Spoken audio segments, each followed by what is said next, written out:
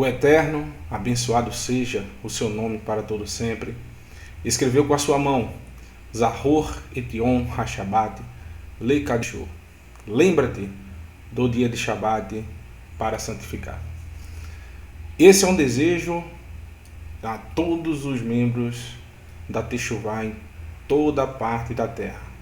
Que vocês tenham um Shabat abençoado, um Shabat de paz, de amor e principalmente de conhecimento de Adonai, do nosso eterno Criador. Então, Shabbat Shalom, meus irmãos. Estamos iniciando o segundo estudo, a segunda parte do estudo, nesta manhã de Shabbat. Vamos dar prosseguimento a essa história maravilhosa de reconciliação.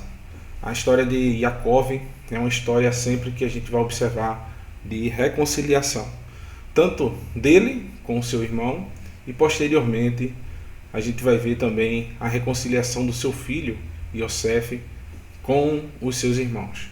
Então, esperamos que seja o nosso proceder sempre em nossas vidas, de reconciliação, de demonstração de afeto, de carinho para com nossos familiares, principalmente, primeiro aos da nossa casa, né? E posteriormente o nosso próximo, né? As pessoas que são do nosso convívio. Então, estamos aí na porção Parashá Vaishlash, e o tema dessa prédica de hoje, a gente vai vir discorrer sobre o tema de o pagamento da dívida, pagamento de uma dívida que Yaakov tinha para com o seu irmão. Então, observe, aqui eu coloquei essa foto aqui no centro da imagem, né?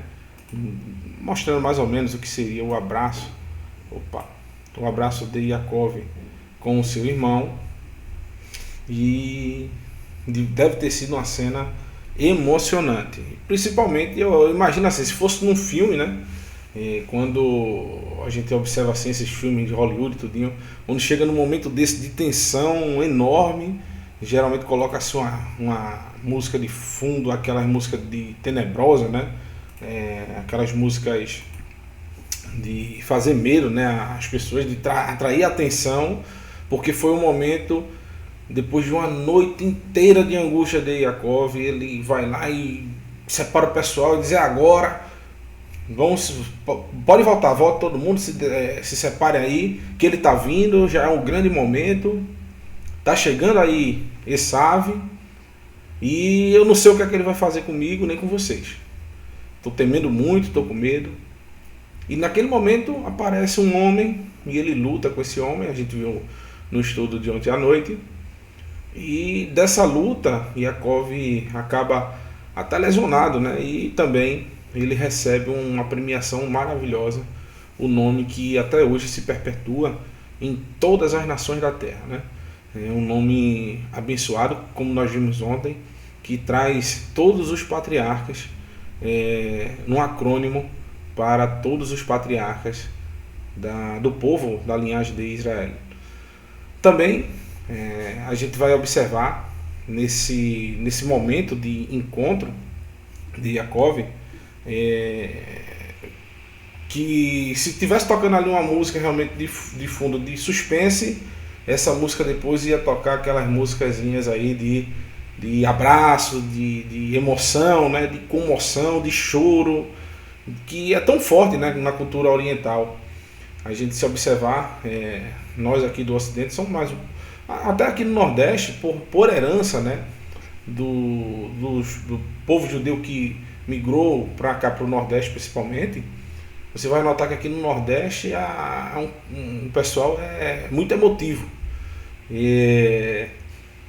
Por exemplo, a recepção aqui do povo do Nordeste é uma coisa de cinema. Você conhece uma pessoa nesse momento, que há 5 minutinhos você parece que conhece essa pessoa há anos. A conversa flui, as pessoas são simpáticas, elas são assim, muito dadas, né?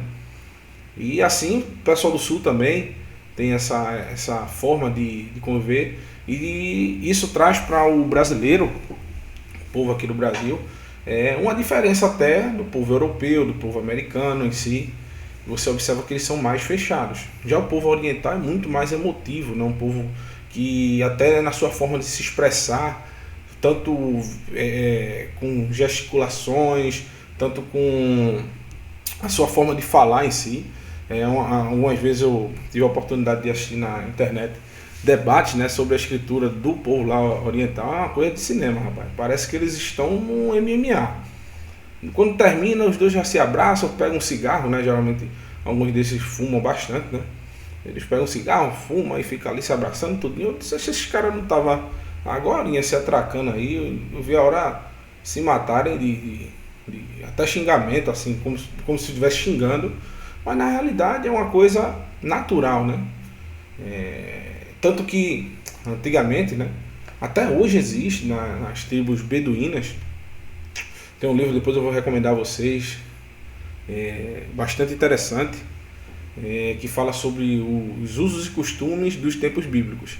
E nesse livro relata que até hoje existe o costume de você comer à mesa, na mesa árabe lá, todo mundo sentado no chão, né? Botam uma mesa pequena e eles fazem um ensopado, né? Um molho, uma carne guisada, que a gente conhece aqui como um guisado de boi. E eles pegam um pão e dividem um pão e molham ali. Mas só quem come são pessoas realmente bastante íntimas. E aquilo ali é uma forma de mostrar que eles são uma coisa só. É um povo só. Então, é bastante intrínseca a cultura do povo de Israel, da forma deles abordarem a vida, da forma deles se relacionarem com o próximo. Então eu imagino essa cena, num momento de angústia, de suspense, de repente se torna literalmente num chororô gigante aí de Yaakov e Esaú. Desculpa o barulho, pessoal, tá? O pessoal tá aqui, eu moro numa casa conjugada e de vez em quando aparece o pessoal falando bastante aí, mas vamos que vamos prosseguir aí no estudo. Deixa eu voltar aqui para a tela do slide para a gente começar o nosso estudo. E no capítulo 33, no versículo 1, vai iniciar o estudo dizendo: Vaitzá Yaakov Einav, Vaiar, Vehine, Esav, Ba, Veimor, Arba Meot, Ish, Vaihatz, Et Hailadim, El Lear, Veal Rachel, Veal Shtei Hashfahot. E o texto diz: Yaakov ergueu os olhos e observou. Então, o que é que Yaakov viu ali? Quando, no raiar da manhã, ele, depois dessa confusão todinha nessa noite, ele já sem dormir, já cansado, fadigado, já manquejando da perna, aquela agonia todinha. Então, chega o grande momento. Ele vê o seu irmão. Ele olha o seu irmão chegando de uma forma diferente do que ele imaginava. Ele deve ter pensado, eu imagino, né? Eu vou enviar esses presentes, meu irmão vai separar esses presentes e vai separar alguns desses membros desse exército e vai voltar com os seus presentes já para levar para casa. Mas não. Esaú chega a Yaakov na sua presença, observe, com 400 homens, irmãos. 400 homens. Deixa eu ver aqui. Aqui não está indo. 400 homens. Então, Yaakov olha assim e diz: não deu certo, meu plano foi frustrado, eu não tenho mais o que fazer, eu não tenho mais o que dizer. E o texto continua: e ali estava Esaú, a caminho com ele 400 homens. Por isso Yaakov dividiu os filhos entre Leia, Rachel e as duas escravas. Então, Yaakov já havia separado esses grupos. Ele só disse: olha, chegou eles, continua, mantém o plano, continua daquele jeito que a gente tinha combinado. E qual é a reação de Yaakov a partir desse momento? O que é que ele faz de atitude para, já que ele chegou, está ali diante dele, está com os 400 homens ainda, veio de novo os servos de Yaakov com aqueles animais tudinho, e tá ali todo mundo, aquele rolo todinho, e Jacó olha assim e diz, agora não vou desistir, vou continuar. Continuar não só com a minha atitude perante o meu irmão, mas com a minha atitude perante a todos. Como eu já vinha, o que eu sou. Existe um mandamento que diz que nós não devemos ter dois tipos de veste. Agora, hoje em dia, no mundo moderno, se a gente for olhar ao pé da letra desse mandamento, ninguém faz isso, né? Todo mundo descumpre. Mas esse mandamento, se a gente olhar pelo lado, o que está por trás, né? Uma visão interpretativa desse mandamento, nós vamos observar que não se trata de uma roupa em si, mas daquilo que as pessoas veem em nós. A gente não pode ter dois tipos de atitudes. Ser uma pessoa em um determinado meio e ser uma pessoa na frente de outras pessoas, de outro grupo. Porque quando esses grupos se confrontarem, eles vão ver que você está sendo falso.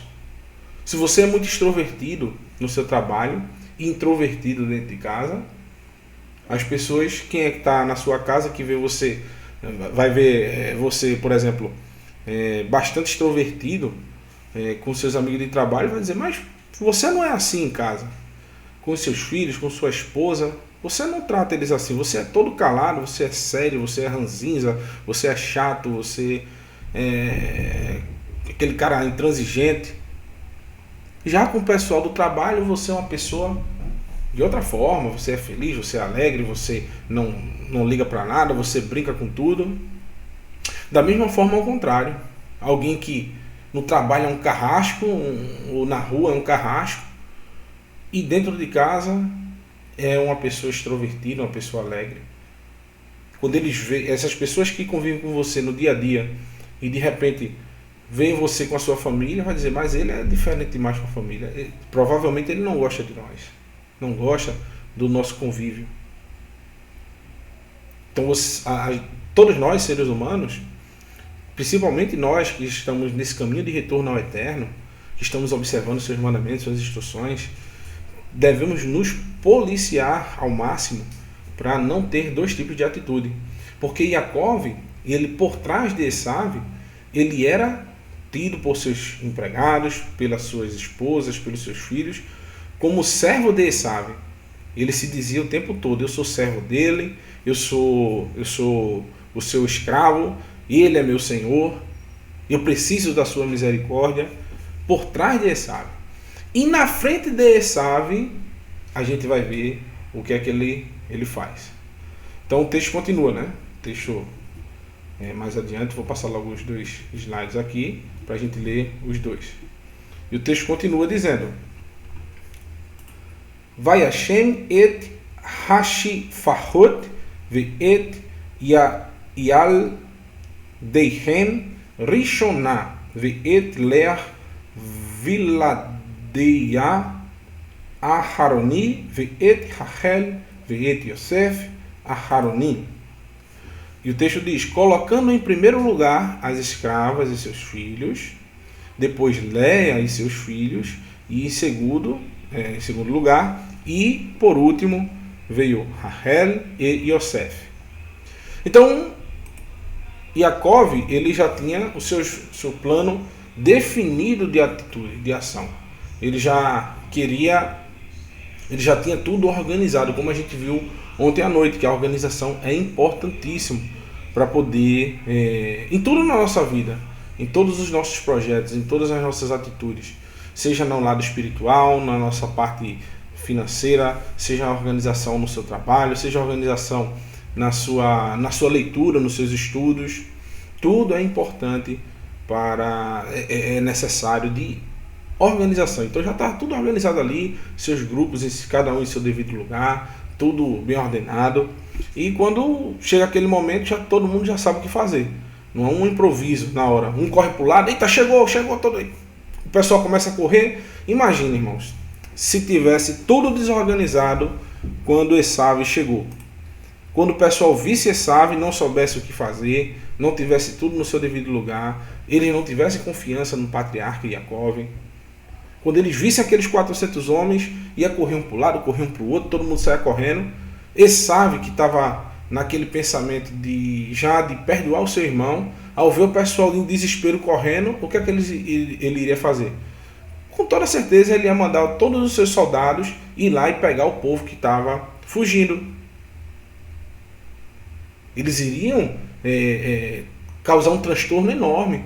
Muitos desses soldados, se entender, poderiam até vir a usar de força para com aquelas pessoas que estivessem correndo com medo. Mas não, observe. Ele tinha todos já, até os lugares. Ó, vai vir você primeiro, depois vem você. Quando ele chegar, vai vir todo mundo ordenado, com calma. Ninguém se desespera. O Eterno é conosco. Organização. Não teve momento algum em que as pessoas se desesperaram. Eles podiam estar por dentro, ansiosos, nervosos com a atitude de Esaú. Eles poderiam não saber o que iria acontecer por vir. No porvir. Mas Jacó deixou tudo em seu devido lugar. Quando Esaú olhou aquela situação, ele não viu o povo correndo, o povo com medo dele, o povo se desesperando ao ver ele chegando com aqueles 400 homens. O que ele viu foi o povo na sua devido lugar, todos eles vindo em sua direção com calma, com parcimônia, com tranquilidade. E olha o que acontece aqui, olha o texto. Perdão, irmãos. Olha o texto que vem logo após. E diz: Vehu avar lefanehem vaishtahu arza sheva panim ad gisto ad ahiv. Então, sheva panim, ele se prostrou 7 vezes. Panim, com o rosto, né? Então, na aretzá, na terra, tá aqui o marcador, já está aqui. Aqui, ó.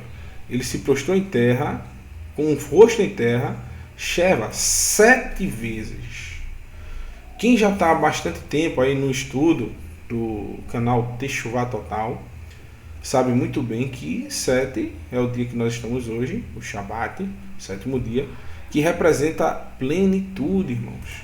Representa que nós, deixa eu ver se o texto está aqui, que nós somos plenamente satisfeitos com o Eterno. Que nós somos plenamente também, reconhecemos a grandeza do Eterno e que nós temos um Criador e que nós reconhecemos que Ele separou um dia. Nós somos plenamente servos do Eterno. Assim, Jacó, ele também é plenamente servo do seu irmão Esaú. A gente observa que ele se prostra 7 vezes do seu irmão com o rosto em terra. Ele passa na frente, porque o texto diz, então ele mesmo passou adiante de quem? Desses grupos que estavam com seus filhos, que estavam à frente inclusive dos seus servos, e ele mesmo se prostrou 7 vezes com o rosto em terra. Olha aqui o texto. Antes de se aproximar do seu irmão. Então Jacó, ele não demonstrou nenhum tipo de medo inicialmente, ele não mudou a sua conversa. Não tinha uma conversa no momento e passou para outra conversa depois. Jacó não se inflou após receber do anjo do Eterno, do melar do Eterno, melachim do Eterno, do melar do Eterno, do mensageiro do Eterno, a renovação das promessas, a mudança de nome, dizendo agora você é um príncipe do Eterno na terra, a mão do príncipe do Eterno. Jacó não se inflou com isso e disse, quando ele vir agora com esse exército, mesmo com esse exército eu posso destruí-lo, eu posso matá-lo, eu vou acabar com ele. Ele não usou literalmente da sua posição que ele tinha diante do Eterno para poder se colocar acima de ninguém. Porque a gente sabe que através dos ensinamentos do Eterno, que cada vez que nós estamos em maior obediência ao Eterno, maior será o nosso grau, nosso nível de servidão ao nosso próximo. Yeshua nos ensinou, através das suas palavras maravilhosas, ele diz que ele mesmo não veio para ser servido, e sim para servir. Que não há prazer maior em dar do que receber. Não há prazer maior do que você auxiliar alguém, de você se colocar como servo de alguém. Mesmo você tendo condições de ser uma pessoa cabeça daquela pessoa, ser uma pessoa que está acima daquela pessoa, você na sua humildade se colocar como servo dessa pessoa. Yaakov tinha as promessas do Eterno. Yaakov tinha recebido do Pai a sua bênção. Yaakov, aos olhos do seu pai, naquele momento era o primogênito. Yaakov, ele era riquíssimo. Ele poderia ter contratado um exército para poder descer, subir, né, até a terra prometida, descer até o seu irmão e destruir com tudo se ele viesse retaliá-lo, né, por causa do que aconteceu, né, no passado. Porém, Yaakov ele tem uma atitude desde o início de procurar a reconciliação. Então, também muitas vezes a gente imagina, poxa, Yaakov amava demais Rachel porque ele colocou ela, olha aqui, ó, ela e Yosef por último. Realmente ele tinha um amor muito grande, tanto que esse amor de Yaakov, tanto por Yosef como Benjamim, que era justamente os filhos da sua mulher tão amada, acabou trazendo muito contratempo para Yosef. É o que a gente vai ver mais adiante. Não vou dar spoiler não, viu? Vocês que estão aí acompanham devagarzinho. Tenham calma, meus irmãos. Vocês estão muito apressadinhos, rapaz. Vocês estão querendo já botar o carro na frente dos bois. Estão querendo correr mais do que as pernas de vocês aguentam. Tenha calma, devagar. Meado, pouco a pouco. Vocês vão devagarzinho. Vai chegar a porção que vocês vão ver a história de Yosef, vão ver o tratamento de Yaakov. Aqui a gente já está vendo uma prédica, né? Está vendo que Yaakov diz, não, se for para morrer, morre eles por último. Eu quero ainda ver eles por último aí, né? Porém, a gente está se esquecendo de um detalhe. Rachel estava grávida. Então, eu acho que Yaakov foi o primeiro a reconhecer o direito das mulheres grávidas, né? Na escritura, de ter alguns benefícios, né? A escritura, irmãos, ela é sempre mais avançada do que qualquer outra coisa do mundo. Não existe. Olha, eu vou lhe dar um exemplo aqui. Vou dar um exemplo para vocês aqui. Olha, mais de 3.000 anos atrás, Moshe já baixou da nuvem para o seu tablet as informações do Eterno. O homem veio descobrir isso esses tempos agora. Moshe baixou da nuvem as informações e botou no tablet, nas duas tábuas de pedra, as informações do Eterno. Ele baixou da nuvem do Eterno. Então, entendam bem, a escritura sempre foi e sempre será atual, meus irmãos. Ela sempre foi e sempre será a coisa mais atual que vocês vão observar em toda a sua vida. Então, desculpa a brincadeira, eu não leve a mal, estou falando aqui para descontrair vocês, mas a escritura sempre foi e sempre será bastante atual. Continuando, né, a partir desse momento, a gente vai ver aquela cena que Yaakov lutou tanto para conseguir. O que é que ele desde então, quando ele começou o seu retorno à Terra Prometida, o que é que ele mais queria? Ele queria a misericórdia do seu irmão, ele queria fazer as pazes com o seu irmão, ele queria ter um momento de paz, ele poder voltar a encontrar com seu pai, sem nenhuma dor de cabeça, sem nenhum estresse, sem ter medo, sem ir apressado. E ele, a partir desse momento, depois de tantas atitudes, de tanta angústia, de tanto medo, de tudo que ocorreu através daquela mensagem dos seus Melachim, quando ele enviou para o seu irmão, que eles retornaram dizendo, olha, ele está subindo contra você com 400 homens. Então, toda aquela angústia se resume nesse momento. Porém, Yaakov se manteve firme, manteve tudo organizado. Ele não se afobou, né? Não ficou nervoso, ansioso. Como é que eu posso dizer? Fugiu do controle, do seu controle a situação. Deixa eu ver se está no slide aqui. Tá não, tá na minha tela. Só que eu olhei, viu? Ótimo. Não fugiu do seu controle a situação.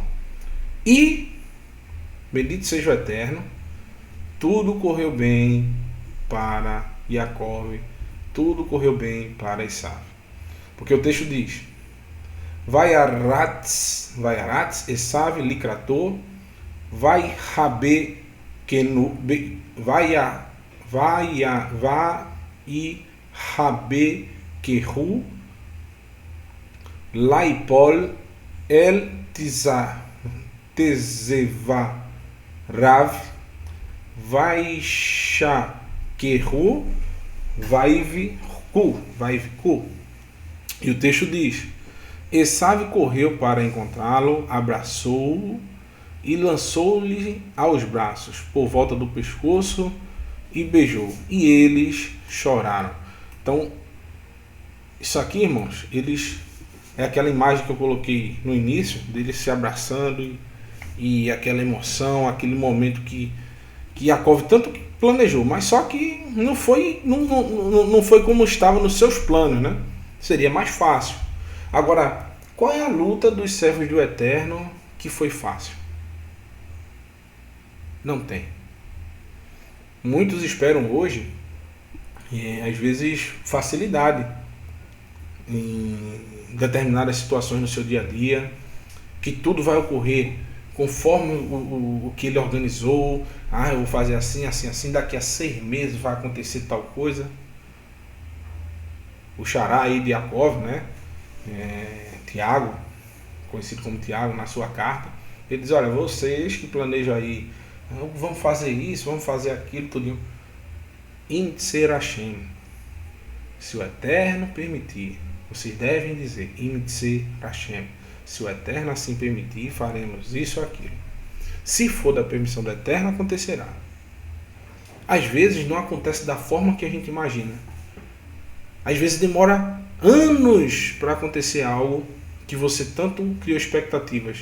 Várias coisas dão errado, mas de repente acontece.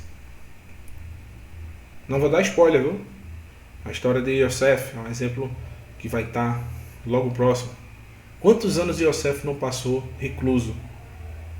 Quantos anos ele não sofreu? Agora veja o que foi preparado para Yosef. Assim, irmãos, acontece com todos nós. Se você está nesse momento agora, passando por algum momento de angústia, tenha calma. Faça como Yaakov. Organize tudo. Deixe tudo organizado. Deixe tudo pronto. Quando tiver oportunidade, a oportunidade vai vir para quem está organizado. Vou lhe dar um exemplo simples, vocês vão entender. Tem 2 pessoas desempregadas, certo? Todos 2 passando por dificuldades. Tem uma pessoa que se levanta todo dia de manhã, 4:30 da manhã, meia hora de exercício, faz o café da manhã, lê um jornal, lê as informações, lê a escritura, preenche-se tanto das informações cotidianas quanto da informação que mais tem valia para a sua vida. Essa pessoa tomou um banho, ficou todo organizado ali, ele não tem nada o que fazer. Mas de 7 horas da manhã ele já está tomado banho, tomou café, já se informou sobre as coisas do mundo, se informou sobre a palavra do Eterno, já fez seus exercícios físicos, está bem de saúde. Já outro está na mesma condição, está para baixo. Porém esse se acorda de 10, de 8, 9 horas da manhã. Quando dá 10 horas, o cara está tirando, como diz o Matuta aqui, tirando a remela do oi. Vai escovar os dentes lá para as 10:30 e diz assim: rapaz, me acordei de madrugada hoje. Para ele se acordar de 8 horas da manhã, madrugada. Nesse mesmo dia, passou pela porta um conhecido dos 2 que tinha uma empresa e o seu ajudante de entrega, por exemplo, faltou. E ele passou pela porta e viu aquele primeiro de 7 horas da manhã, Ele passou de 7 horas da manhã e viu aquela pessoa já pronta. E ele fala, rapaz, meu ajudante faltou hoje. Tu queria trabalhar comigo? Ele queria. Poxa, eu quero que você me ajude hoje aqui para descarregar as coisas do carro. Eu espero você tomar banho, tomar café, trocar de roupa. Ele falou, não, já fiz tudo isso. Eu já li, já tomei banho, tomei café, já... O cara olha assim e diz, rapaz, interessante.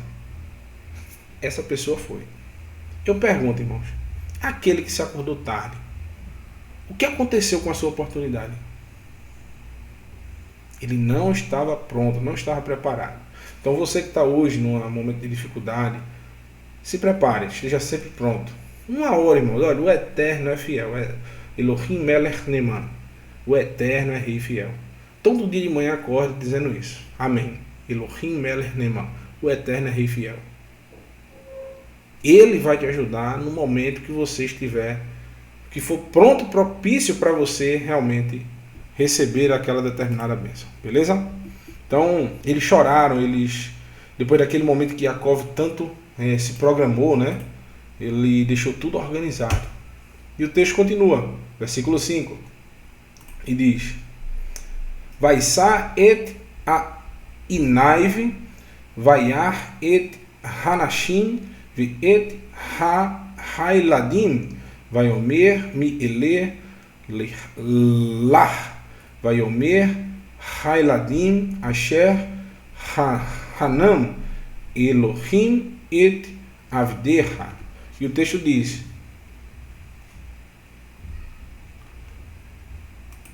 perdão, estava isso mesmo. E Esav olhou,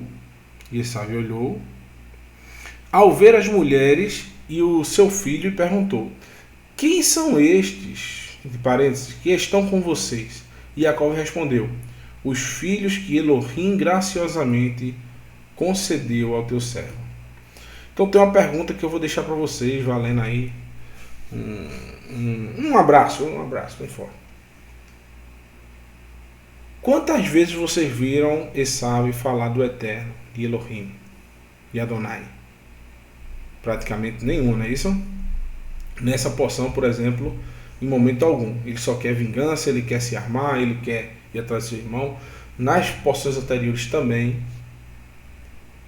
Então, Esav, ele não fala em momento algum do Eterno. Já Yaakov, várias e várias vezes ele fala do Eterno.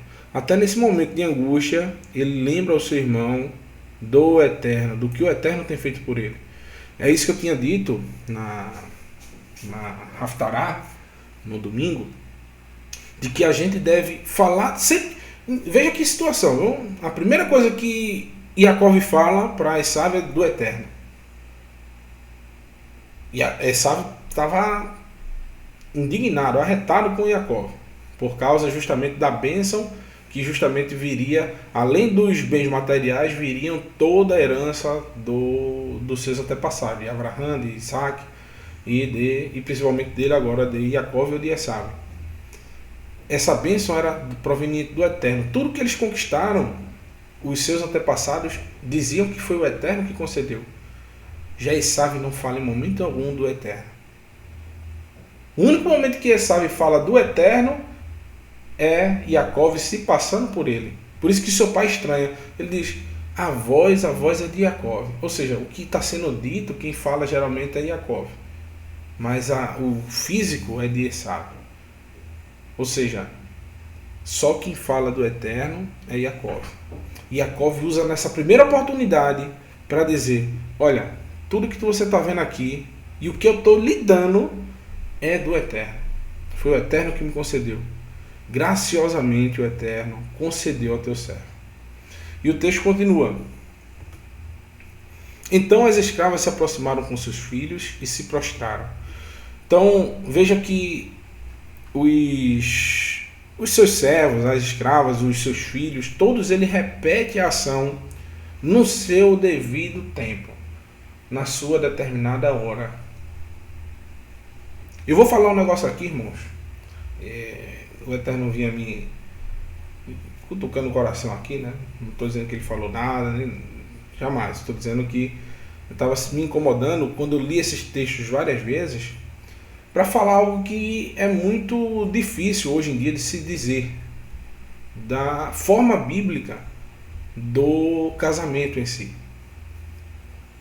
Tem um amigo meu, o professor o Moré, Marcos Felipe, teve a oportunidade de conhecer o professor Marlon Ricardo, fala muito sobre isso, sobre a importância de ter a paz no lar.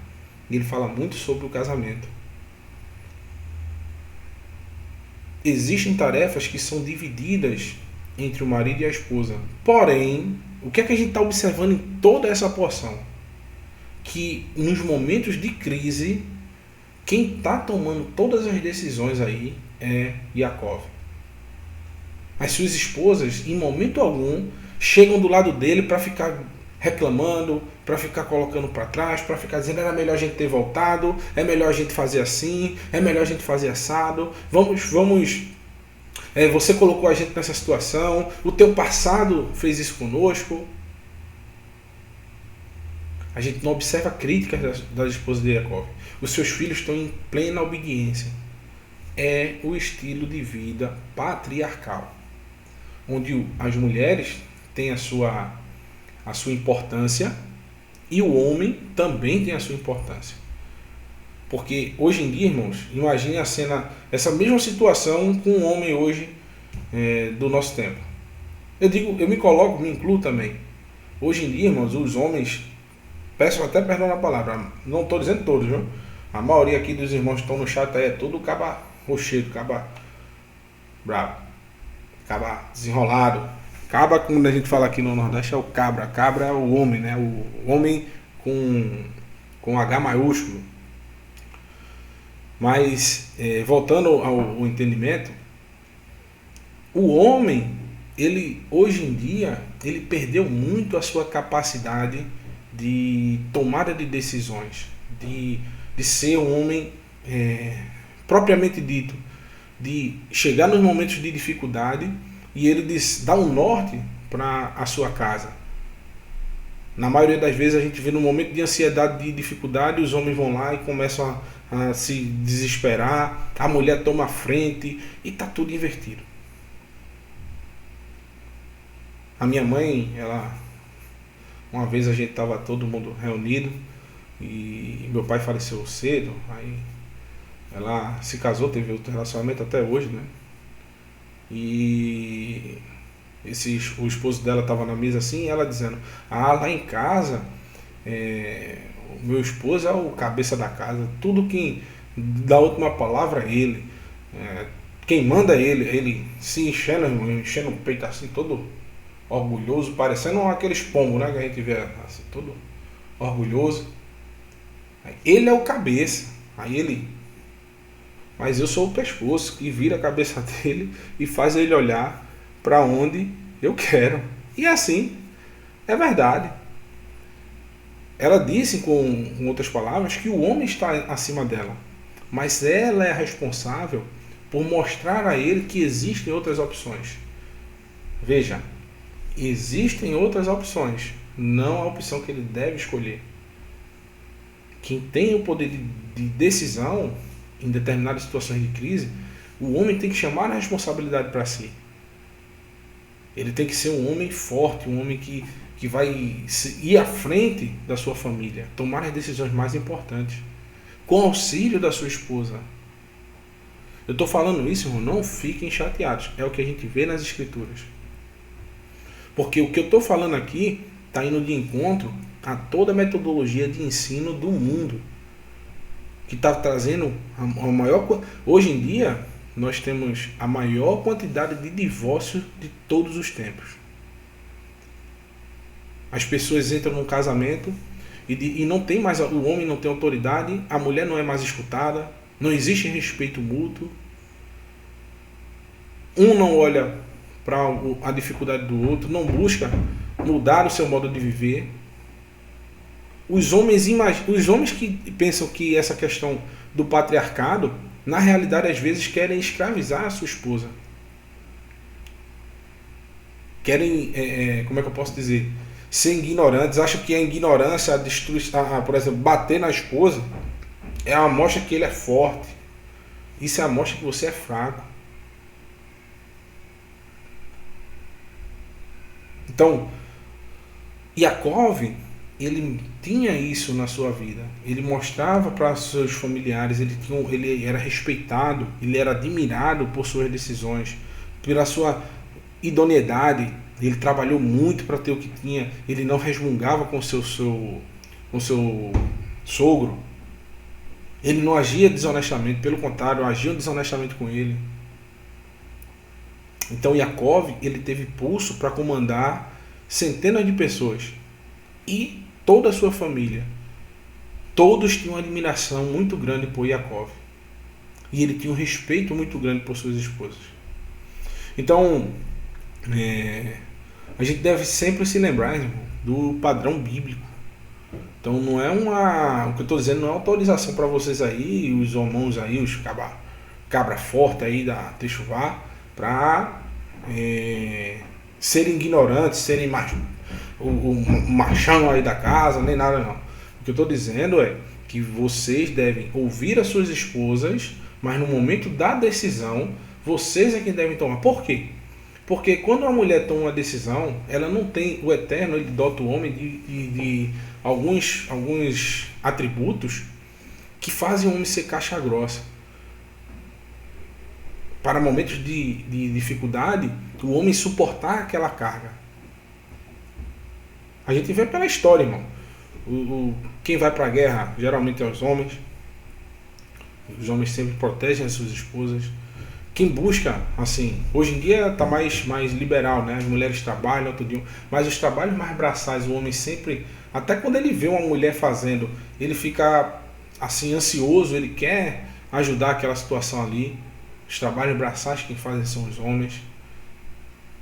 Os trabalhos mais arriscados, por exemplo, a gente vê a maioria das pessoas que trabalham com essas torres gigantes aí de alturas enormes, de manutenção em alturas, manutenção predial, geralmente, a sua grande maioria são os homens. Existem mulheres que são guerreiras também, que conseguem fazer, mas a sua predominância é dos homens.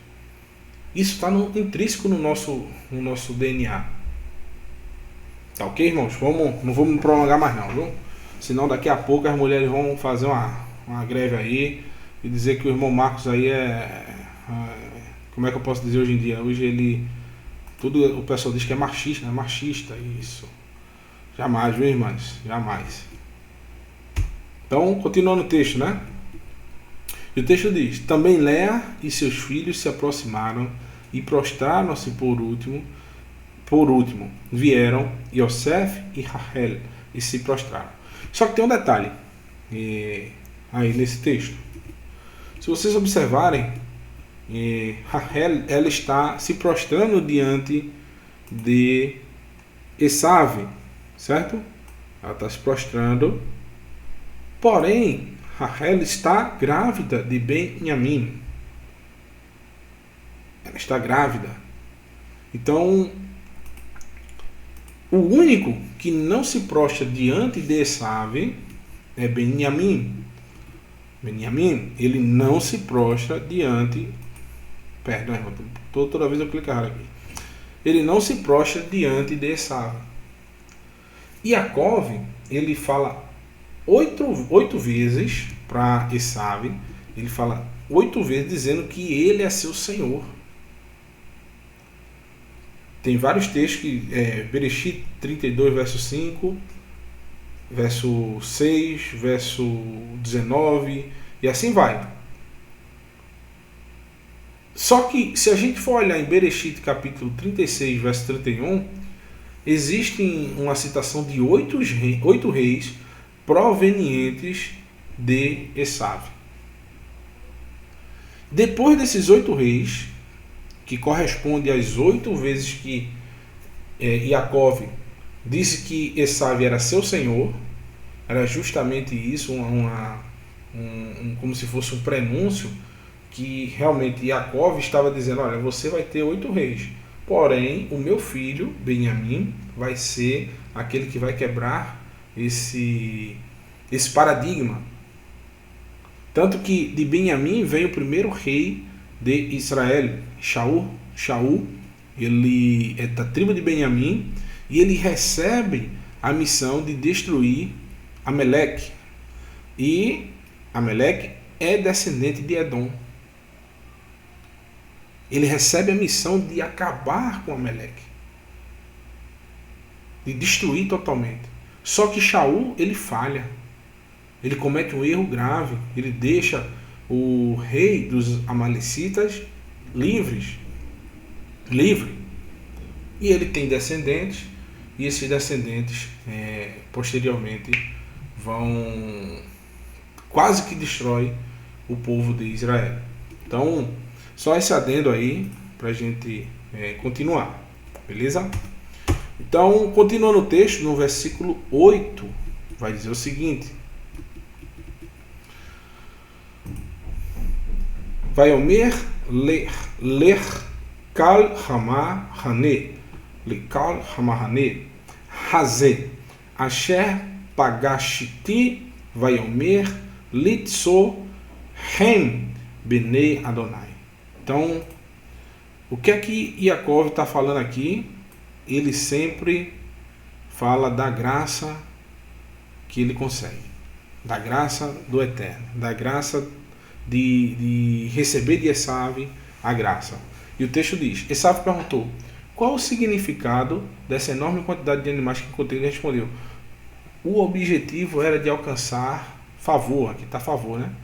Mas aqui é a mesma palavra, graça, rem, alcançar a misericórdia.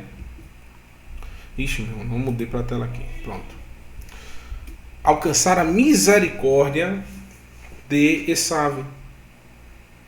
Alcançar a rem, a misericórdia, o favor imerecido, o favor em tese aí, né? O perdão do seu irmão. Então, Esav, ele perguntou tantos presentes que foram enviados para ele, por que você não mandou tantos presentes? Esav está dando uma de difícil aí, né? Tá dizendo, eu não entendi por quê. Por que isso, rapaz? Porque você mandou tão pouco, podia mandar mais. Foi muita coisa, irmão, que ele mandou, viu? Muitos animais. Eu não coloquei o texto, mas foi tanto animal que se eu parasse para falar, a gente terminava de meia-noite ontem. Se eu fosse falar direitinho, meia-noite a gente terminava o estudo de tantos animais que Yaakov enviou para seu irmão. E o texto continua, né? Vaiomer, Esav, Yeshli, Rav, Ahi, Iri, Ler, Lear,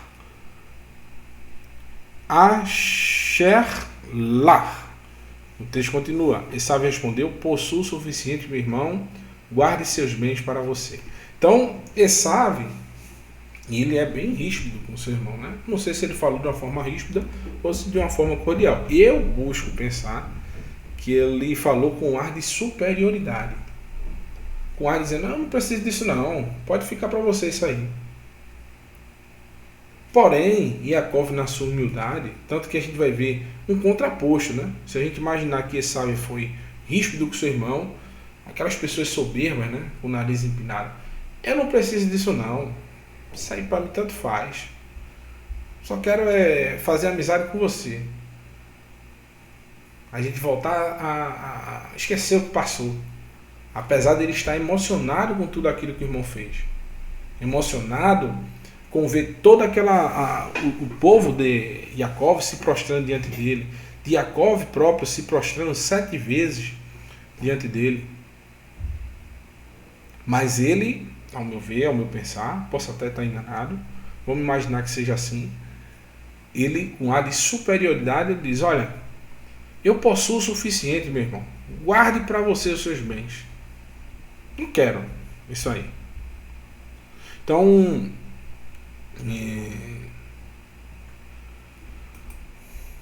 Yaakov também, ele dá ao entender que ele não precisava, né? O envio desses bens aí, se a gente imaginar, Yaakov dá a entender que ele não precisava da promessa lá, da bênção que seu pai deu, da primogenitura. Que Yaakov já tinha tanta coisa que não precisava dos bens do seu pai, a dupla porção, né, dos bens. Então, é uma forma também da gente entender o texto. E o texto continua, Yaakov vai citar de novo a gente vai ver novamente Jacó falando sobre a graça. E o texto diz: Vaiomer Yaakov al-na imna matzarti hem, de novo hem, né? Ele fala da graça do Eterno. Matzarti hem be'eineha velakarta min hati mi iadi ki alken raiti faneiha Kiriot Pinei Elohim Vatirtzeni. Então, esse texto nós usamos ontem, né? A gente falou justamente que essas mesmas palavras aqui foram utilizadas quando Yaakov viu o malar do Eterno no final de tudo. Ele cita o malar do Eterno e o que me intrigou e deixou assim, pairando no ar, um questionamento. Se Yaakov não pensou que aquele malar era Esaú, porque de noite, recitando, né, falando novamente, à noite, tudo escuro, na iminência de Esaú chegar, um homem passa na frente dele, ele já imaginando que poderia ser Esaú, ele se agarra nos pés e fica pedindo a bênção, fica pedindo bênção. Ninguém vai ver um homem de noite, mano, assim, cá para nós.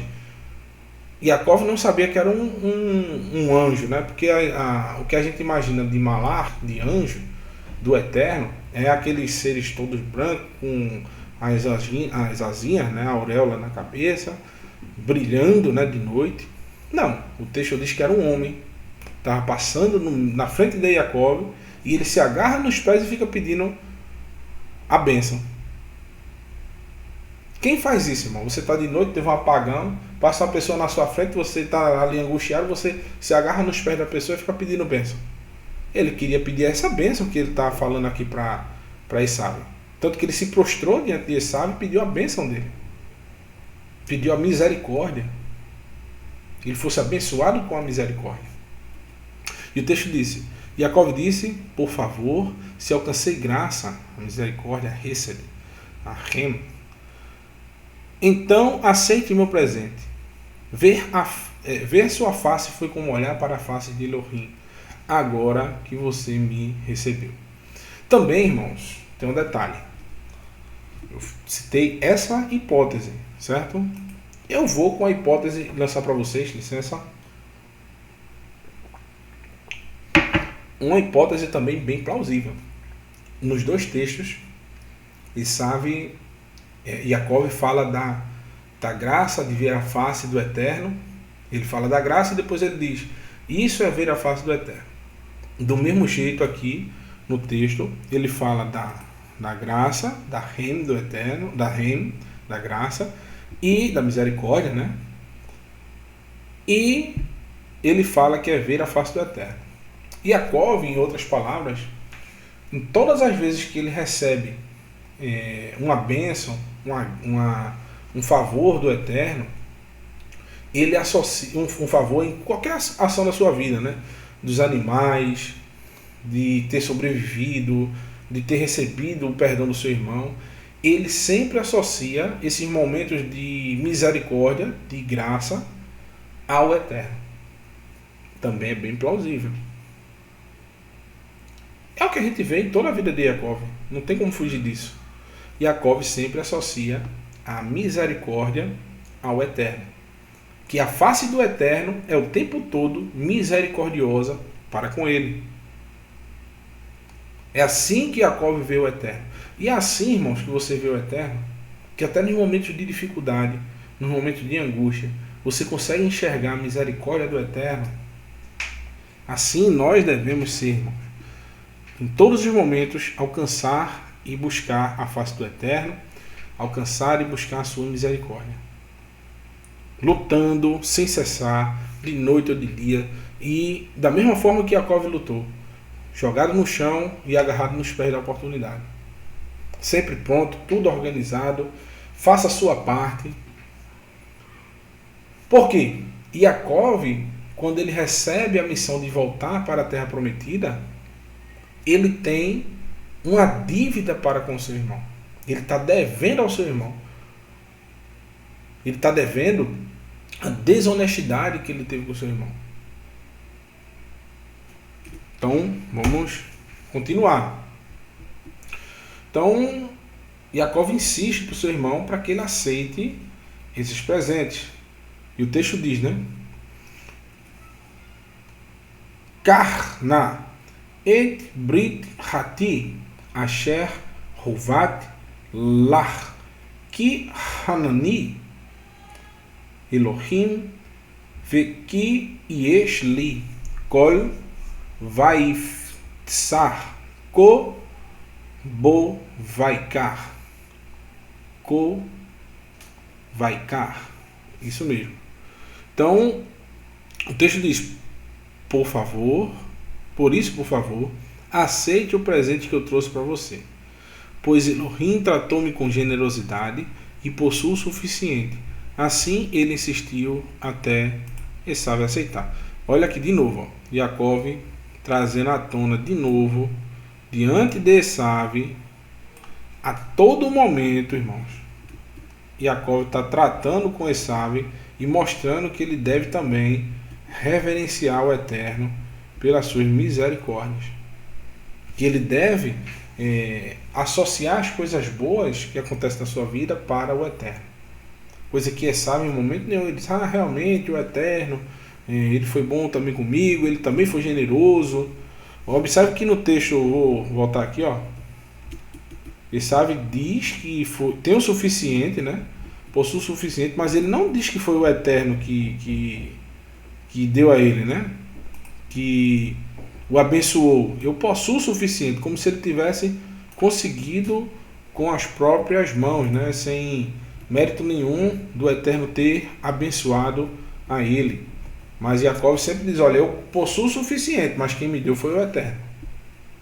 E assim, irmão, deve ser a nossa vida. Agora você vai ficar deitado eternamente em berço esplêndido, como diz a letra, esperando a bênção cair do céu? Não. Você vai correr atrás pelos frutos do vosso trabalho, que não seja o seu objetivo de vida. Olha, eu ficava me perguntando, quando eu li os textos, eu disse, meu pai, por que tu desse tanto dinheiro a Shilomon? Por que, meu pai? O homem mais rico que pisou na terra. O homem penteava o cabelo com ouro. 1000 mulheres, que esse homem aí tinha como é que eu posso dizer? Uma paciência, assim como as mulheres tinham paciência com ele, que ninguém poderia aguentar, viu? E imagine 1000 mulheres com TPM. Meu amigo. Eu até aperrei o homem, viu? Mas, porém, eu ficava me perguntando, né? Por que um homem tão rico? Por que o Eterno deu tanto dinheiro a esse homem? Para ele resume tudo na última palavra do livro de Eclesiastes. Nos últimos textos ali, ele diz, porque eu já vivi de tudo nessa vida. E eu resumo dizendo o seguinte, guarda os mandamentos, observa os mandamentos do Eterno, pois esse é o dever de todo homem. O fim de tudo é isso. Observa cada mandamento do Eterno, pois esse é o dever de todo homem, inclusive dele. Então não importa você conquistar o mundo inteiro, irmãos, e não ter, a dor nas costas, irmãos, o trabalho é pesado. Esse é o dia que a gente descansa, que a gente relaxa. Então, ele recebeu tudo do Eterno, mas ele observou nas suas meditações que ele não tinha nada se ele não obedecesse ao Eterno. Então esse é o motivo. Que você que está aí pensando, mas eu tenho que trabalhar, não posso parar de trabalhar por causa do Shabat. Você que tem o seu negócio, né? Você que vive, tem o seu patrão, ele não permite, tenha calma. Vai orando ao Eterno, vai chegar o momento certo. Porém, existem pessoas que têm a sua condição financeira, têm o seu trabalho, ele mesmo é seu patrão, e não faz o que Jacó faz, né? Organiza as coisas. Ainda não chegou a esse nível de organização. Mas você vai lutando, vai orando, vai chegar o momento que você vai cumprir, assim como Shilomon disse. O fim de tudo é isto, guarda os mandamentos, pois isso é o dever de todo homem. E assim, Yaakov, ele fez todos os dias da sua vida. Ele buscou seguir, serviu ao Eterno. No momento que ele errou, irmãos, ele pedia perdão. Deixa eu voltar aqui para não me esquecer dos slides. Deixa eu ver aqui. Isso. Então, ele insistiu bastante para que seu irmão ficasse ali. Também Yaakov deve ter feito isso para que os 400 homens que estavam ali com Esaú ficassem distraídos, né? Não, deixa ele com esses animais aí, cada um vai cuidando, para ele ficar distraído e depois não causar uma rebeldia, né? Até porque se ele devolvesse, aqueles homens poderiam pensar, poxa, ele poderia dar uma parte disso aí pra gente como pagamento. E aqueles homens se rebelar ou se revoltar. Tem várias coisas que poderiam acontecer a partir disso. Continuando, a gente vai ver final o texto. E o texto diz, né? Vaiomer Nissa ve Nelecha ve El Ha le negedeha ve El Ha le negedeha e disse, caminhemos e andemos e eu partirei diante de ti. Ou seja, Esaú já botou a mão no ombro de Jacó assim, diz, bora, vamos caminhando, meu irmão, vamos andando, que eu vou diante de você, a gente já agora é um bando só, a gente tá junto de novo, a gente vai seguir junto, vamos pra Seir, de lá você pega voltando. Vou fazer um desenhozinho aqui, deixa eu voltar aqui hoje, vou fazer um desenhozinho aqui pra vocês entenderem mais ou menos. Deixa eu ver se eu consigo, eu sou muito bom no desenho não, irmão. Aqui tá Eretz Israel, mais ou menos, só a região que a gente está precisando. Deixa eu ver se está saindo na tela aí. Tá. Pronto. Aqui está o Kinneret. Aqui está o Yam Melar, o Mar de Sal. Aqui está o Kinneret. Aqui está o momento. Aqui está o Yabok. Aqui está eles. Eles estão aqui mais ou menos, certo? O desenho não está muito bom não, mas mais ou menos eles estão aqui. Aqui está o Yitzhak, mais ou menos nessa região, certo? Yaakov iria passar para cá, Shechem, e ter que descer para cá, não é isso? O que é que Esaú quer que eles façam? Eles desçam por aqui, aqui está Seir, ele queria que eles viessem por aqui e pegassem subindo para cá. Basicamente era isso que Esaú queria que eles fizessem. Só que Yaakov diz que isso resultaria em mais alguns dias de viagem. Deixa eu ver se está aparecendo na tela aqui. Ah não, ficou um pouco para baixo. Vou refazer aqui para vocês entenderem, beleza? Deixa eu fazer melhor. Vou botar uma tela a mais aqui, novo slide. Vou desenhar. Não ligue pro meu desenho não, mesmo. Não ligue não. Vocês são muito detalhistas. Deixa eu fechar aqui. Botar. Pronto, agora vai ficar melhor. Aqui está Eretz Israel. Certo? Deixa eu ver se não tá para. Deixa eu passar aqui para o próximo slide. Calma, vai chegar. Pronto. Pronto, agora vai. Aqui está o Yarden. Aqui está o Kinneret. Aqui está o Yam Melar. Aqui está o Yabok, onde eles estão. Aqui está as colinas de Seir, mais ou menos aqui. E aqui eles estão aqui, ó, certo? E aqui está Yitzhak, nessa região. O que é que Yaakov iria fazer?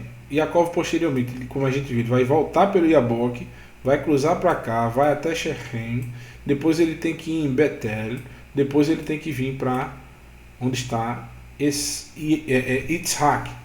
O que é que Esaú queria que Yaakov fizesse? Descesse com ele por aqui, posteriormente ele subisse até o seu pai.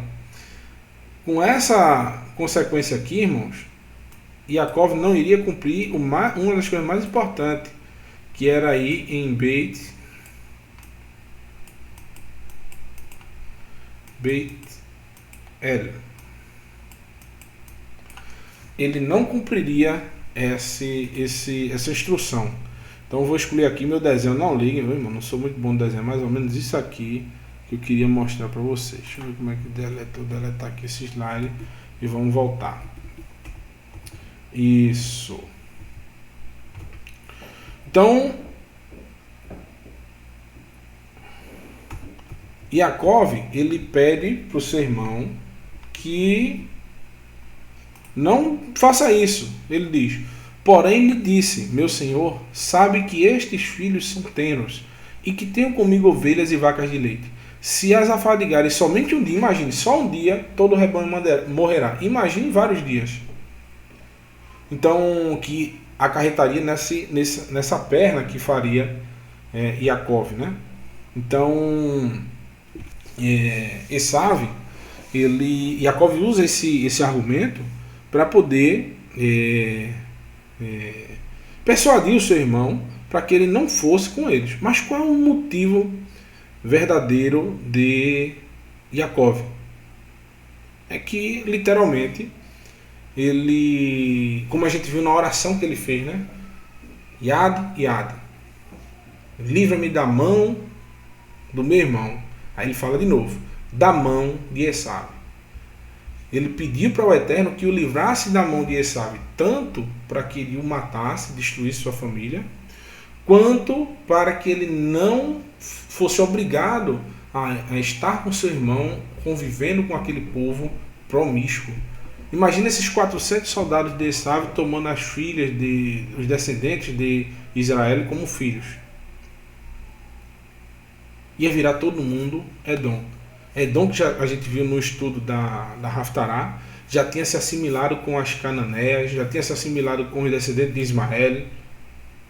Então ia virar aquela salada, provavelmente a gente não estava hoje aqui falando mais de 4 mil anos depois, 3 mil e poucos anos depois, dessa situação,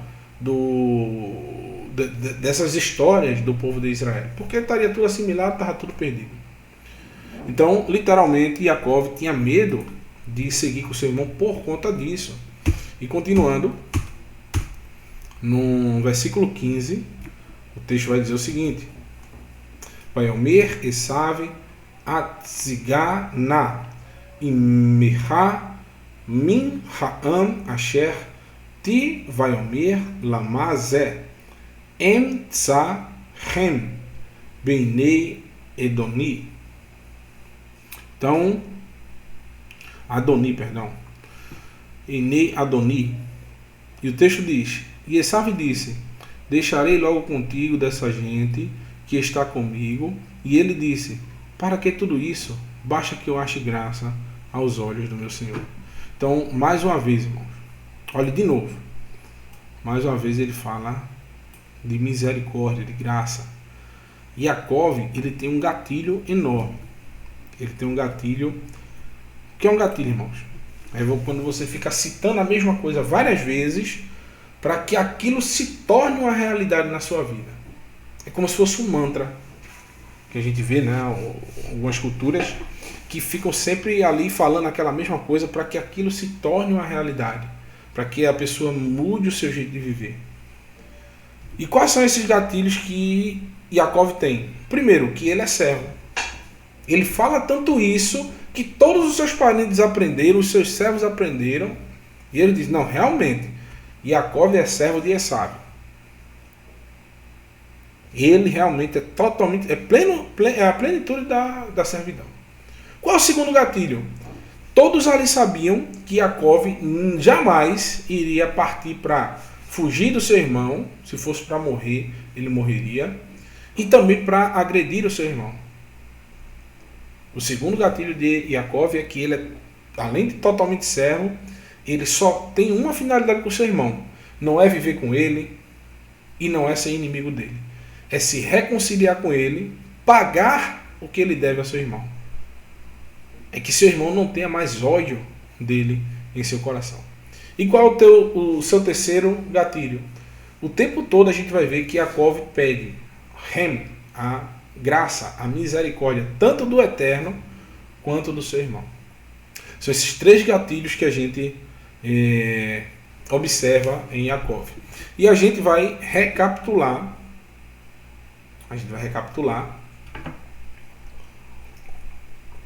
Os caminhos de Jacó. Então, qual é a primeira coisa que ele faz? Ele, através de um truque com a sua mãe, ele toma a bênção do seu irmão.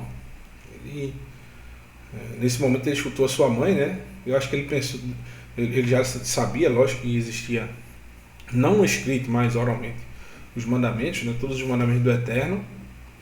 E um dos mandamentos diz que a gente deve honrar nosso pai e nossa mãe. Então ele escutou o mandamento de honrar a mãe, mas esqueceu o de honrar o pai. Então ele escutou a sua mãe e fez aquela falcatrua ali com a mãe dele, com a intenção, né, de dar aquela forcinha pro Eterno, e acabou se dando mal, né? Tendo que fugir às pressas. Segundo, ele foge com medo e também com motivo, a intenção de tomar por uma esposa da sua parentela, obedecer também uma normativa da sua família, né? Qual é o terceiro? No caminho ele tem um sonho impactante, aquele sonho lá em Betel, no qual ele vê a escada, né, com vários Melarquim do Eterno subindo e descendo. O professor Marcos Felipe já citou sobre os estágios da Techuvá. Esse sonho impactante aí, o Eterno, antes de Jacó falar qualquer coisa, o Eterno promete um monte de coisa para Jacó. Qual era o dele? Ficava calado e disse: tá bom, meu pai, vou aceitar a tua bênção. Mas ele, em contrapartida, também promete um monte de coisa para o Eterno. Mesmo que não foi lhe exigido nada para que ele fizesse aquilo. Para que o Eterno lhe desse tudo o que ele tinha prometido. Então, um dia uma das promessas, né, de Jacó é que um dia ele iria voltar a Betel e iria oferecer sacrifício ao Eterno e dar o dízimo de tudo. Dar presentes ao Eterno. Dar o sacrifício, principalmente, né? Naquele mesmo local. Então, para confirmar a palavra do que o Eterno diz, né, ele promete todos esses sacrifícios, tudinho. E qual é o quinto passo? O quarto passo que ele vai seguir. Ele sobe para até Lavã e lá ele é maltratado, né? Mas ele é maltratado e ele recebe exatamente a mesma coisa que ele fez com seu irmão.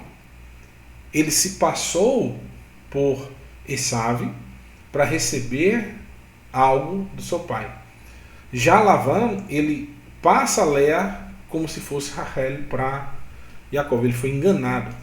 Quando o seu pai Isaac, a escritura fala que ele já não enxergava bem. Jacó, ele é enganado à noite, né? Provavelmente na festa de bodas. Quem aí já viu uma festa de bodas do povo de Israel?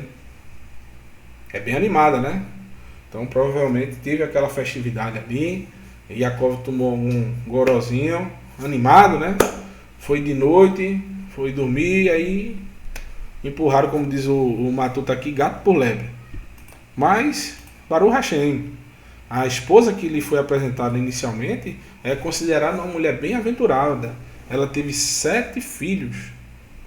Então ela é plena. Léa é uma matriarca do Eterno, do povo do Eterno, considerada uma mulher plena. Ela teve 7 filhos de Jacó. Foi a que mais deu frutos, né? E o quinto, ele recebe a ordem de voltar do Eterno, né, a terra prometida. Para quê? Para cumprir lá a promessa. Ele diz: olha, tá no tempo de você voltar, você não me prometeu? Eu não lhe pedi nada.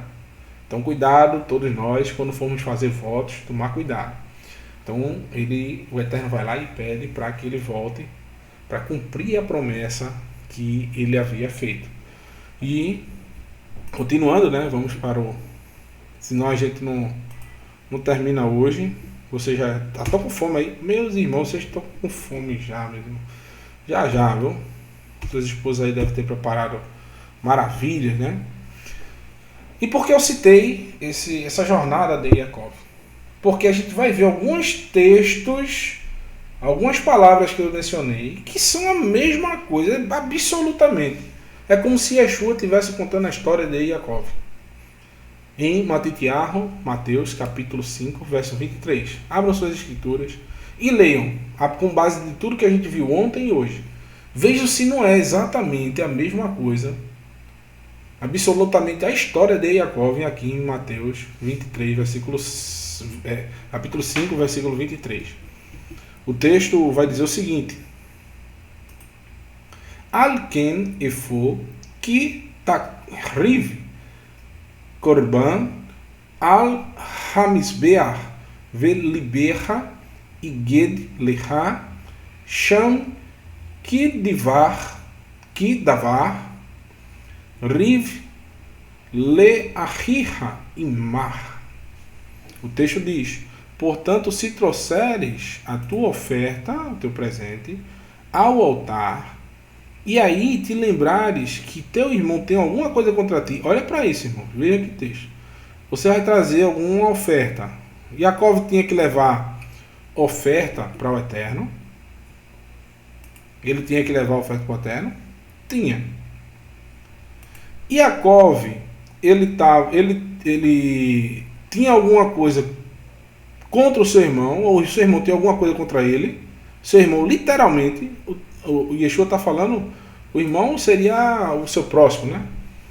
Mas aqui, literalmente, era o seu irmão também. Tinha alguma coisa contra ele? Também tinha. E o texto continua: reconcilia-te. Agora veja, vou ler aqui no hebraico para a gente ver. O texto diz: Maher hashlem in ish rivha bodha imo baderer ken yashgir itha ish rivha bidei hashofet vehashofet yashgir beyad hashoter vihu iterha livti hashofer. E o texto diz: reconcilia-te. Agora, olha esse texto aqui, irmãos. Reconcilia-te. Beleza? Estou grifando aqui para vocês. Tá indo, beleza? Agora, o texto aqui, ó. Hashalem. Esse texto aqui. Paga o que tu deves. É mais ou menos essa palavra shalem é quando você está você está pagando plenamente. Você está ressarcindo alguém de uma forma devida.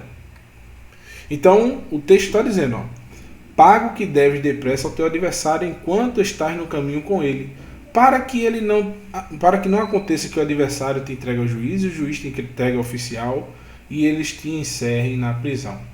Então, Yeshua está trazendo para o texto alguns componentes que caem como uma luva para essa porção. Tanto que o texto sumiu aqui, mas vamos continuar. Agora vai para o próximo texto. Olha o que está escrito no próximo texto. Vani amém. Isso mesmo, vani amém. O amém, observe aqui, ó, deixa eu grifar aqui também. O amém aqui, eu deixei ele bem em vermelho aqui, que o amém vem no início do texto, não vem no final. Não quer dizer assim seja. Ele quer dizer simplesmente o acrônimo Elohim Melech Neman. O Eterno é Rei Fiel. Esse acrônimo traz para todos nós a compreensão de que o Eterno, ele vai suprir todas as necessidades. O Eterno é aquele que vai trazer para você tudo o que você precisa. Ele é um Rei fiel. No momento que você mais precisar, ali ele vai estar. Então Yeshua, quando ele vai começar a terminar a sua sentença, a terminar essa linha de pensamento, ele diz: olha, o Eterno é Rei fiel. Eu te digo, o Eterno é Rei fiel. Aí ele vai e continua o texto. Continua dizendo: Omer, isso, Omer leha kilo, ta'ale, misham, ad asher techalem. Techalem. É justamente isso aqui que eu quero que vocês vejam aqui. Estou grifando aqui. Techalem. A mesma palavra que está aqui em cima. Que a gente viu aqui em cima. Isso aqui, ó. Hashalem. Techalem. E ele diz. Perdão, me perdi aqui. Techalem. Isso. Et ha pritá ha haroná. Então, o texto diz o seguinte: eu te digo amém. Eu te digo, porém eu te digo, amém, o Eterno é fiel, que de maneira nenhuma sairás dali até enquanto não pagares o último centavo. Então, Yeshua, ele está elencando alguns tópicos para a gente entender.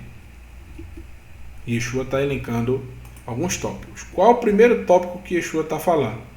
Que antes de ir ao altar, ele precisa esperar com a sua oferta, ele deve deixar a sua oferta de lado, esperar com o que ele tem para oferecer ao Eterno, antes de ele chegar até o altar, e se reconciliar com seu irmão. O que é que Jacob fez? Qual foi a primeira coisa que Jacob fez antes de ir para o altar? Depois do altar ele teria que ver seu pai. No caminho, né? A gente viu o caminho ontem. A primeira coisa que ele faz é se reconciliar com seu irmão. Ele vai buscar pagar a sua dívida. Então, Yeshua está falando justamente de pagar o que deve. Pagar plenamente o que... Rapaz, estou errando aqui, mas vou acertar, viu? Pagar o que deve, ele deve pagar o último centavo a quem estava devendo. E é isso que Jacob faz. E qual é o segundo passo que Jacob faz? Que Yeshua elenca aqui? Que esses presentes são literalmente uma compensação financeira que você vai dar ao seu próximo aí, que Jacob fez, né? É uma compensação financeira para o mal que ele fez ao seu irmão. A gente vê o mandamento de olho por olho, dente por dente. Quando acontecia algum mal, você fazia um mal contra o seu próximo, existia uma compensação financeira que era dada para que a pessoa pudesse ser ressarcida por aquele mal que você fez. A única forma que você não poderia jamais pagar era quando você tirasse a vida de alguém. Que aí, meu amigo, acabou para você. Aí realmente, vida por vida, o Eterno não iria aceitar uma compensação financeira. Porém, se você fizesse, por exemplo, numa briga, você fosse lá e danificasse a mão do seu próximo, você ia ter que ressarcir. Era o INSS dos tempos antigos, meu irmão. Então, Jacob, quando ele está enviando presentes, ele está compensando financeiramente o mal que ele fez a seu irmão. E a terceira coisa que a gente pode elencar, que depois da reconciliação, depois que a gente vai pagar a nossa dívida, é aí, irmãos, que a gente vai ter acesso ao Eterno. Que a gente vai ter acesso às misericórdias, literalmente, quando a gente está com a intenção de pagar a nossa dívida, às vezes a gente nem pagou ainda, mas quando a gente está fazendo de tudo para pagar, a misericórdia do Eterno já está sobre nossas cabeças. Agora, quando a gente está com um olhar altivo, está querendo não resolver nossas diferenças, a mão do Eterno é retirada de sobre a sua cabeça. Você está por sua conta. Mas a partir do momento que você quer, como é que eu posso dizer, pagar a sua dívida, aí sim o Eterno está com você. Então, vou apagar aqui para não deixar nada desorganizado. A gente está falando muito de organização e a gente vai para o próximo slide, porque gravem bem essa palavra aqui, vou marcar de novo. Aqui. Shalem. Vou marcar aqui, cadê? Shalem. Tá vendo? Olhou bem direitinho, gravou. Tá na memória aí? Shalem. Vamos lá. Isso, vou apagar aqui, Shalem. Vamos para o próximo slide. Já deixei aqui. Isso. Olha o que o texto diz. Eu vou dar uma adiantada que já está tarde. Já termine, eu não termino aqui o... Dá o tempo, eu não termino aqui o estudo. Vamos lá. Diz o seguinte: por isso Esaú partiu nesse dia e voltou para Seir. Certo? Ele voltou. E o texto continua. Jacó seguiu até Sucote, onde construiu uma casa e fez abrigos para o seu gado. Fez Sucote, né? Para o seu gado. Esse é o motivo do lugar se chamar Sucote. A gente vai falar um pouquinho sobre isso aqui também. Mas o foco principal, para que vocês não se esqueçam, é esse texto aqui. Ó. O texto diz, ó. Vaiavô Yaakov Shalem. Olha aqui a palavra Shalem.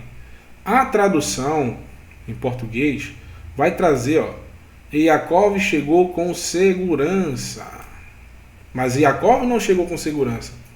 Yaakov chegou até a terra de Xerém como? Com a dívida paga. Yaakov só recebe esse comprovante, esse selo, quando ele consegue reconciliar-se com o seu irmão. Por isso o texto diz: Vaiavô Yaakov Shalem Ir Shechem Asher Baaretz Canaan Bevoô Mi Padan Aram Vaihan Et Pnei Hair.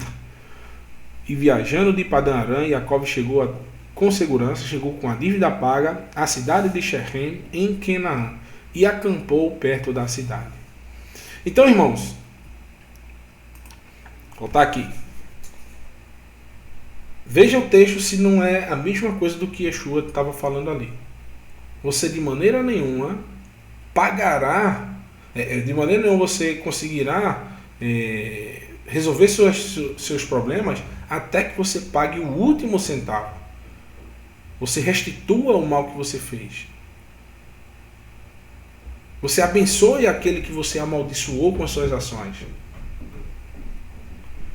Não adianta, irmãos, você dizer que se arrependeu e não mover uma palha para comprovar o seu arrependimento. Você não chorar por aquele motivo. Você não tirar do seu bolso e restituir aquela pessoa. A gente vê o exemplo de Zaqueu, só me lembro do nome dele em português, Zaqueu, que ele era um cobrador de impostos, mas ele era fraudulento. E quando ele recebeu a abençoada do Messias, ele restituiu 4 vezes o que roubou. Isso é techuvá. Yaakov, ele literalmente ele saiu sem nada, mas ele devolveu para o seu irmão um monte de compensações. Por quê? Ele, na sua mente, tinha a vontade de mostrar que realmente queria pagar a sua dívida. Então, vamos voltar aqui. Então, quem é Israel? Quem é o povo de Israel? A gente viu que Israel é um povo que paga a dívida. Por quê? Olha a raiz da palavra Shalem. Pagaram a dívida. Você pagou plenamente. É a raiz 1. Israel tem a raiz 1. É isso aí. E são sinônimos, né? Deixa eu só calcular aqui. Eu acho que está errado isso aqui. Tá certo, tá certo. Deixa eu calcular aqui. Posso ser que eu tenha copiado errado. Rapidinho. Calculadora. Eu não sou muito bom de cálculo. Mas a gente sabe que tem 10 do Yud. Mais 300 do Shin. Mais 200 do Resh. Mais 1 do Aleph. Mais 30 do Lamed. Que é 541. É a palavra Shalem que está errada. Vamos lá. Vamos ver aqui Shalem. Temos 300 do Shin, 30 do Lamed. É isso mesmo. e 1 do... Não, perdão. 300. Quem sabe vai... Às vezes acontece, irmão. O erro aqui, mas a gente vai ajeitar, viu? Vamos ver aqui. Mais 30 do Lamed, mais 40 do Mem. Vai dar 370. Agora eu vou corrigir aqui, viu? Para não fazer errado. Vamos corrigir aqui. Dá 370. 370. 3 mais 7, 10. 10 vai dar 1. Beleza? Desculpe o erro aí. Perdoe o novato. Acontece, mas... vamos seguir aí. 370. Shalem. 3 mais 7, 10, 10, mais 1 mais 0, 1. Então, Israel também dá raiz 1. Eu estranhei porque não bate a conta. Estava dando o mesmo número de Israel, 541. Não dá, mas a raiz em si dá. Então, Israel, quem é Israel? Quem é Israel? É quem paga a dívida. É quem está com a dívida paga. Porque jamais você pode dizer que é o povo de Israel, que guarda os mandamentos, mas que descumpre a sua palavra com o seu próximo. Que tem pessoas que estão contrárias a você, porque você defraudou, porque você mentiu para elas. Você tem que ir até a pessoa e pedir perdão. Continuando. Quem é esse povo de Israel? Quem é esse povo que paga a sua dívida? É aquele que diz que Adonai Elohim Israel, que o Eterno é o Elohim de Israel. Dá 613, raiz 10, dá 1. Também quem é? Quem é os participantes de Jerusalém, da cidade que o Eterno escolheu? Também são as pessoas que pagam sua dívida. E por fim, quem é o príncipe do Eterno? Aquele que, por sua força, por persistir, por lutar, Saritá, é aquele príncipe que o Eterno o elegeu como príncipe por causa da sua luta em perseverar na obediência do Eterno. Também é a raiz 1. Beleza, meus irmãos? Então vamos continuar aqui para a gente finalizar esse estudo maravilhoso, né? Falta pouco. Perdoe aí o seu irmão no erro ali, mas já corrigi, né? E o texto diz, deixa eu ver se está no slide aqui. Tá no slide. Lema'an gam avchem bashamayim ishlach lachem et hatoteichem. E o texto diz: e quando estiverdes orando, perdoai se tendes alguma coisa contra alguém, para que vosso Pai que está nos céus também vos perdoe as vossas ofensas. Então, quando vocês olharem, irmãos, essa situação de Yaakov e Esav, nunca se coloque somente no lado de Yaakov, pedindo perdão. Se coloque também na posição de Esav. Quando alguém que lhe fez muito mal, irmão, olha aqueles maus que eu falo, tipo uma taça que caiu no chão de cristal e que se quebrou. Seja como o Eterno, irmão. O mundo vai dizer para você que um cristal quebrado não mais se torna, jamais volta. Mas o Eterno, ele faz com que o cristal que quebrou, meu irmão, passou aqueles rolo compressor por cima. O Eterno, ele torna cada coisa do seu devido lugar. E faz com aquele cristal, ele dá um polimento. Ele passa aquele produto especial chamado graça. Ele traz sobre esse cristal, esse copo de cristal, e ele enche com o sangue do Mashiach. Ele purifica todo aquele cristal, tudo que foi quebrado, que é você, que sou eu. E ele faz com que nós venhamos a dar frutos de novo, que as pessoas olhem para nós e digam: poxa, como eu desejaria ter um cristal desse ao meu lado, que esse cristal estivesse próximo de mim. Então, não seja como o mundo diz, que um cristal que quebrou não torna jamais. Não estou dizendo para você estar do lado de pessoas ácidas, que se realmente a pessoa não se corrigiu, perdoe. Porém, você vai manter uma certa distância, lógico, para que você não venha a prejudicar essa pessoa ou essa pessoa não venha também a lhe prejudicar, é evidente. Agora, se você observa que é um arrependimento verdadeiro, de todo o coração, também se dê por inteiro para essa pessoa. Existem situações, irmãos, que o Eterno ele traz uma cura. A gente vê principalmente em casais, que a gente olha assim e diz, humanamente falando, é impossível esse casal voltar a ser o que era antes. Mas o Eterno às vezes faz melhor. Aquele casal voa como águia. E assim são as nossas relações. Só que tem um detalhe que eu quero elencar nesse texto de Yeshua. A gente se colocando como é sábio. Temos que olhar por todos os ângulos. O que é que eu quero explicar para vocês? Que a principal característica que você deve ter também, em seu modo de viver, no seu dia a dia, é de exercer o dom de perdoar. É recompensante, irmãos.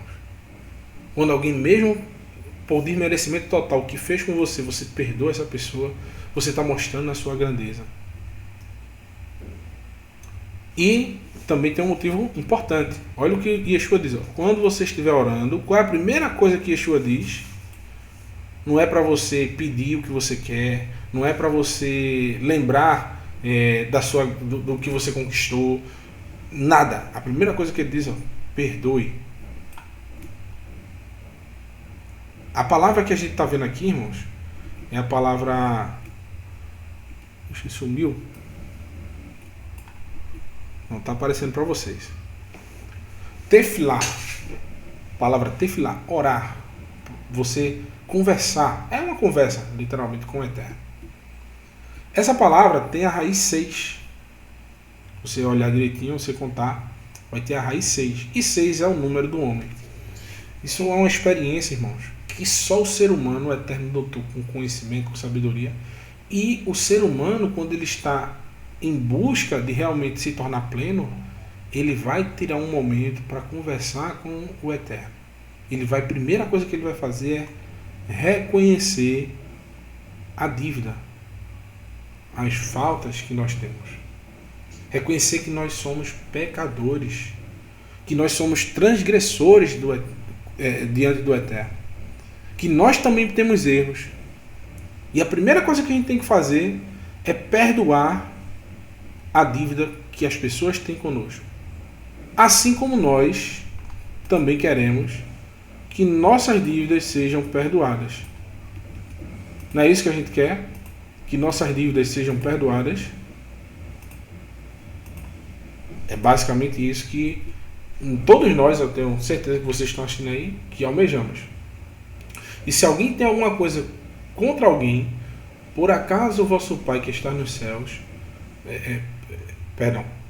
para que o vosso Pai que está nos céus vos perdoe as vossas ofensas. Então, quando você estiver orando, perdoe. A primeira coisa que você deve fazer na sua oração é perdoar quem lhe ofendeu. Mas, se vós não perdoardes, também vosso Pai que está nos céus, diz o quê?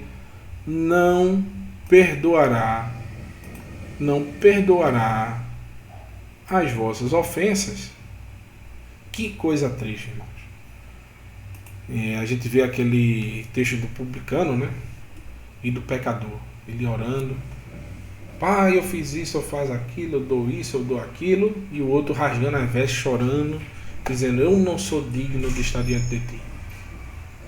Eu não tenho condições nenhuma de estar diante de ti. Eu sou pecador. Eu não mereço. Esse alcança a misericórdia. Esse é aquele que, quando a gente vê a parábola do trigo, né? O professor Marco Felipe foi a Israel e fez um vídeo, a gente viu um campo de trigo, e o joio, ele é a mesma coisa do trigo, porém ele não dá fruto. Então, quando o vento bate, que é a representação do Ruach, do mover do Eterno, o joio, ele permanece em pé. O trigo que dá frutos, ele se abaixa. E assim deve ser todo o povo da Teshuvá. Ele, quando recebeu o mover do Eterno, perceber o seu mover que está sendo contrário às suas atitudes, você deve se abaixar e reconhecer a autoridade do Eterno. Então, para a gente finalizar, Yaakov, ele em Shechem, ele comprou de Hamor um campo. Ele comprou dos filhos de Hamor, pai de Shechem, um pedaço de terra por 100 moedas de prata, onde armou sua tenda, e levantou um altar e o chamou de Elohei Israel. O Eterno é o Elohim de Israel. Então, Yaakov comete um erro. Ele para no meio do caminho. Nos degraus da Techuvá, Yaakov para. Ele não segue tudo aquilo que ele havia prometido, de voltar a Beit-El. Estava tão perto, Yaakov, estava tão perto. Tão pertinho de Beit-El. A gente viu no mapa ontem. Poucos quilômetros da sua caminhada que ele deu até então era pouca coisa. E ele parou na sua caminhada. Ele comprou essas terras e ele fez um altar ali mesmo. Ele não fez o altar em Beit-El. Ele levantou o altar ali e disse: não, aqui tá bom. Vou ficar por aqui. Consegui me reconciliar com meu irmão. Vou passar uma temporadazinha aqui. Então, daqui a pouco a gente vai, daqui a um pouquinho a gente vai ver o restante dessa história. Vamos finalizar esse estudo com as bênçãos e misericórdia do Eterno. Então, para finalizar também, vou aproveitar e olhar que eu não acabei passando batido ontem. Não mostrei o slide, tá? Agora tá aí, ótimo, perfeito. Dia 13, o professor Marcos Felipe vai trazer para vocês um estudo mostrando tudo o que concerne à festa de Hanukkah, a festa da dedicação, de consagração, do ano 5783. Então, essa festa se dará no dia 18 de dezembro ao pôr do sol, no domingo, e vai finalizar no dia 26 de dezembro ao pôr do sol, numa segunda. Então, o professor Marcos Felipe, no dia 13, às 19 horas, vai fazer esse estudo explicando todos os detalhes, os mínimos detalhes ali para todos vocês. Então, vamos ficar aqui com o professor Moré Raimson, trazendo a bênção sacerdotal para vocês.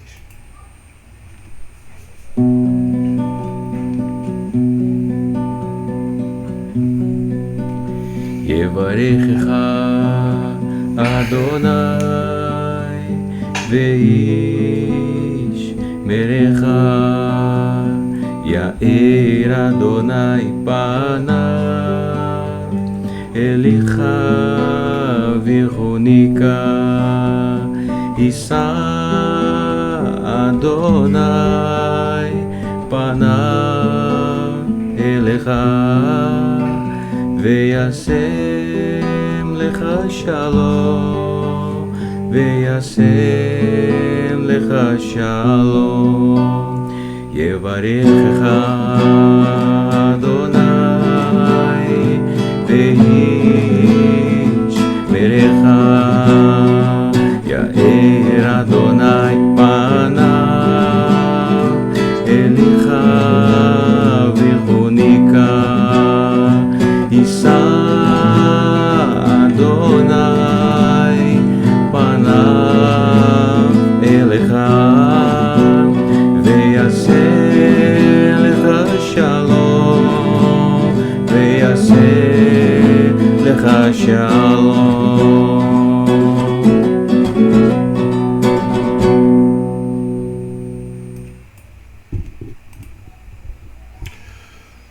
Que o Eterno te abençoe e te guarde. Resplandeça, Adonai, o seu rosto sobre ti, e tenha misericórdia de ti.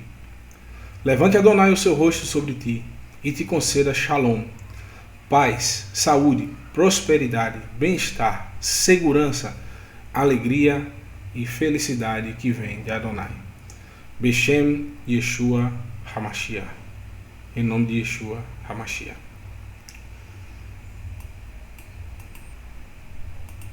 Muito obrigado, meus irmãos, por acompanhar. Até daqui a pouco, viu? Já já a gente tá aí finalizando essa linda porção. Vou colocar aqui uma música.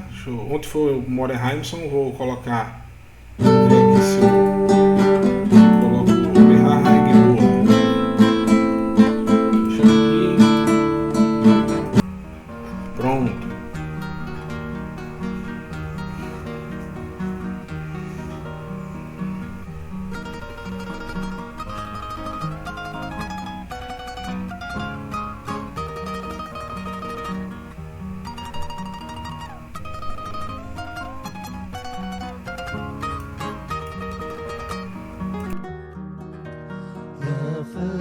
הקיץ ואיתו בהר הגלבוע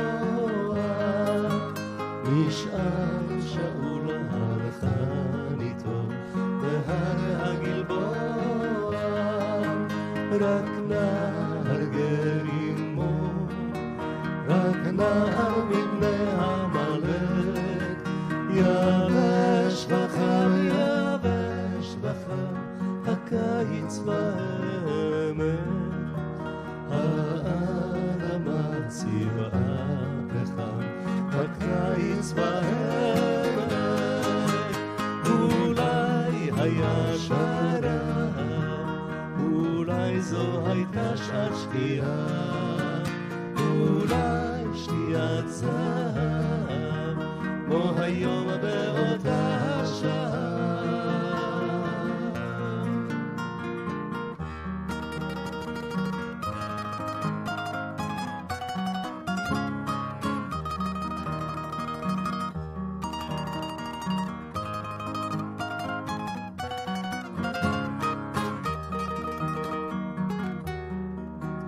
נפרס העמק בהר הגלבוע היה הקיץ כמו עכשיו בהר הגלבוע מנגד הטבור בהר החרמון במרחב כאילו לא עברו שנים בהר הגלבוע אותם סלעים שחורים בהר הגלבוע אולי היה שרב אולי זו הייתה שעת שקיעה אולי שקיעת זהב כמו היום באותה שעה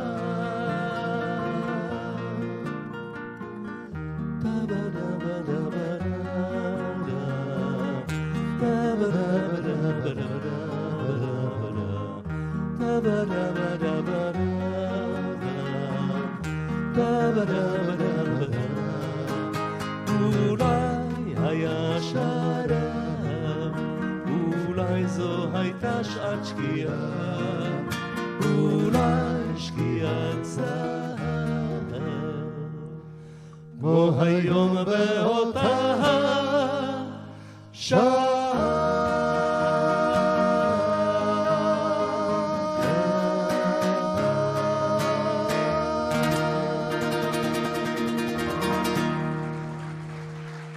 תודה רבה.